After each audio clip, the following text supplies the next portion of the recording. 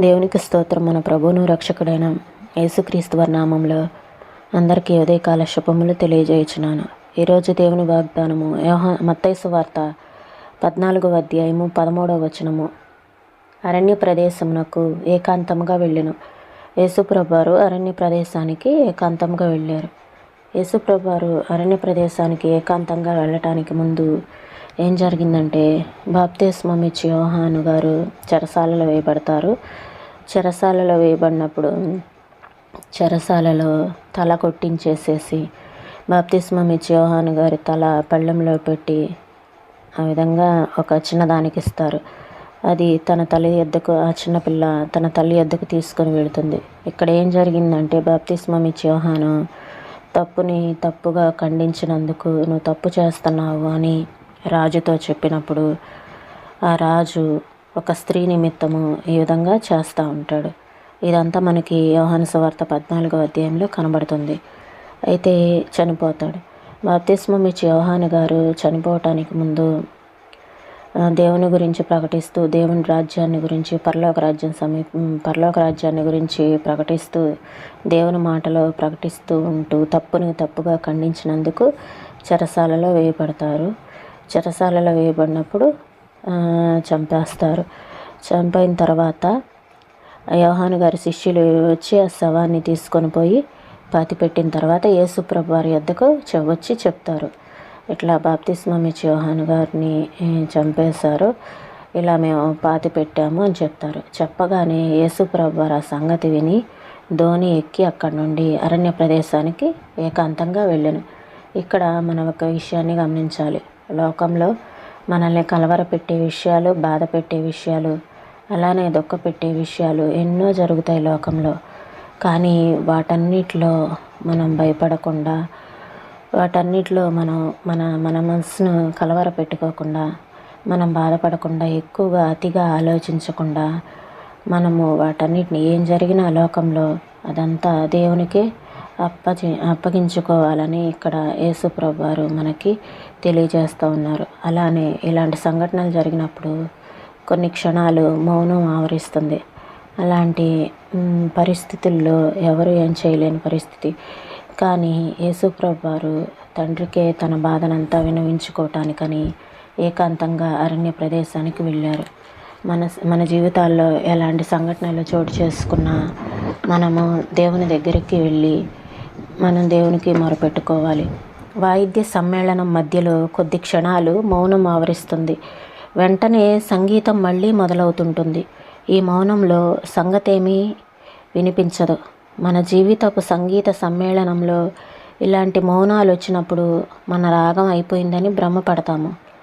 దేవుడు తానే ఒక్కొక్కసారి మనకిష్టం లేని విశ్రమాన్ని, అనారోగ్యాన్ని, మన అంచనాల వైఫల్యాన్ని, ప్రయత్నాల పరాజయాన్ని మనకి కలిగించి సాగుతున్న రాగం ఆగిపోయేలా చేస్తాడు. మన స్వరం మోగబోయింది అని చిన్నబుచ్చుకుంటాము. మన సృష్టికర్త ఆనందానికై జరిగే సంగీత కచేరీలో మన గొంతు కలవటం లేదే అని నిరాశపడతాము. సంగీత విద్వాంసులు ఈ మౌనం ఎంతసేపు ఉండాలో ఎలా తెలుసుకుంటారు? జాగ్రత్తగా గమనిస్తే తెలుస్తుంది. మౌనంలో కూడా వాళ్ళ తాళం వేసుకుంటూనే ఉంటారు. ఆ తాళం ప్రకారం ఖచ్చితమైన సమయానికి సంగీతం మళ్ళీ ఎత్తుకుంటారు.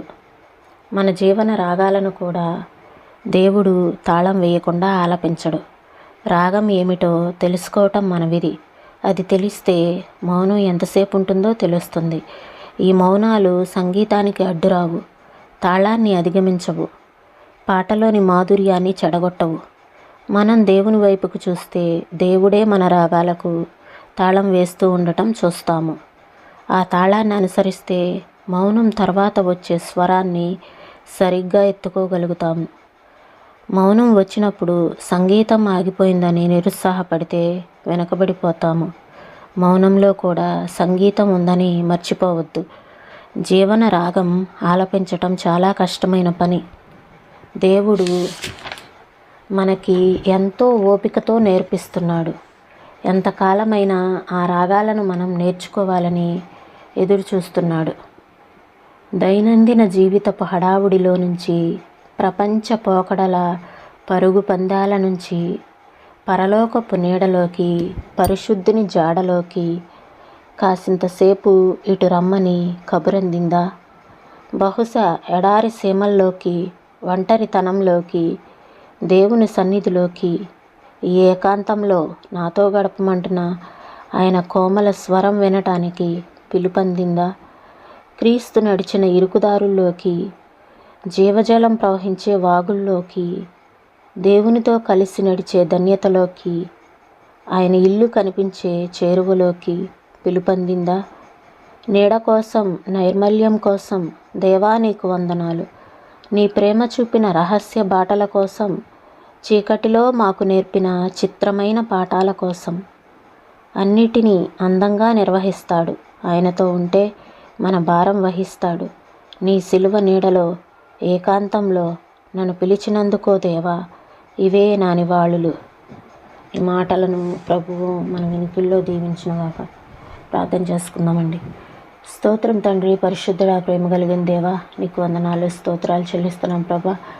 లోకంలో మమ్మల్ని కలవరపెట్టే విషయాలు, భయపెట్టే విషయాలు, బాధపెట్టే విషయాలు నైనా ఎన్నో సంఘటనలు జరుగుతూ ఉండవచ్చు. అయితే వాటన్నిటిని బట్టి మేము కలవరపడకుండా, భయపడకుండా అయ్యా మా జీవితాలలో మౌనం వచ్చినప్పుడు నా తండ్రి నాయన ప్రభా, మౌనంగా ఉండి నా తండ్రి న్యాయమైన తీర్పు తీర్చే దేవుడో నీవని మీకు అప్పగించుకోవటానికి మీ కృపను అనుగ్రహించండి నాయన ప్రభా. అయ్యా లోకమంతా దుష్టుని పరిపాలనలో ఉంది నాయన. లోకంలో ఎలాంటి సంఘటనలు జరిగినా నా తండ్రి నాయన ప్రభా, మా జీవితాల్లో మౌనం ఆవరించినప్పటికీ నాయన ప్రభా, ఏకాంతంలో మీతో గడపడానికి మీ కృపను అనుగ్రహించండి ప్రభా. ఇంకను నా తండ్రి నాయన ప్రభా, అనేకులు ఉన్నారు ప్రభా, స్తోత్రములు నాయన ప్రభా. అయ్యా మీ రాజ్యం గురించి నాయన ప్రభా తెలియని వారు ఎంతోమంది ఉన్నారు నా తండ్రి నాయన. అటు వారందరినీ నాయన వారి హృదయాలలో మిమ్మల్ని చేర్చుకున్నట్లుగా మీ కృపను అనుగ్రహించండి నాయన. మీరు సహాయం చేయండి ప్రభా. మీ సన్నిధిని తోడుగా ఉంచండి నాయన. ఉదయకాల సమయంలో ప్రతి ఒక్కరికి మంచి ఆరోగ్యాలను దయచేయండి. మీ కృప చేత నింపమని వేడుకొంచున్నాను ప్రభా. సహాయం చేయమని యేసయ్య పరిశుద్ధమైన నామంలో అడిగి వేడుకొంచున్నాం తండ్రి. ఆమేన్.